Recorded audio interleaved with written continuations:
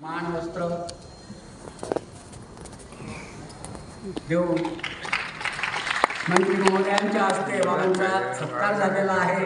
अत्यंत उत्तुंग हिमालयासारखं कर्तृत्व असलेलं, निर्मळ गंगेसारखं हृदय असलेलं हे दुर्मिळ असं व्यक्तिमत्व, ज्यामुळे पंथाची ध्वजा पूर्वी अटकेपार फडकली म्हणतात, आता विश्वर बाबांना मानपत्र प्रदान करण्यात आलेलं आहे। या मानपत्राच्या वाचनासाठी बाबांना व्यासमंचावर उपस्थित सर्वच वंदनीय गुरुजनांना माझा दंडवत, साहेबांनाही माझा दंडवत प्रणाम, आपण सर्वांनाही माझा दंडवत प्रणाम। ज्यांनी स्वतःची स्वतंत्र ओळख निर्माण केली त्यांच्याबद्दल आपण काय बोलावं।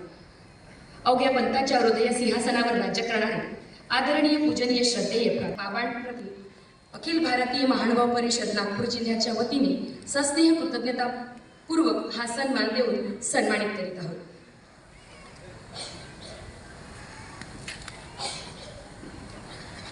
पूजनीय बाबाजींना दंडवत प्रणाम।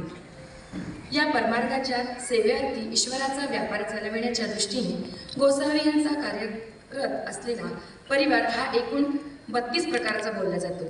या संपूर्ण परिवारामध्ये विशेष प्रकृती असलेले काही श्रेष्ठ पुरुष आहेत, तर स्वनिष्ठ व्यापाराच्या दृष्टीतून ईश्वर संपन्न करणारे काही पुरुष आहेत। ज्या पुरुषांनी या परमार्गाची पताका काबुल कंधारपर्यंत नेलेली आहे, परमार्गाची प्रतिष्ठा करून ते प्रेमास पात्र झाले आहेत। याच महनीय परंपरेत आणखी एक नाव आपल्या रूपाने जोडले जात आहे, याचा आम्हाला विशेष अभिमान आहे।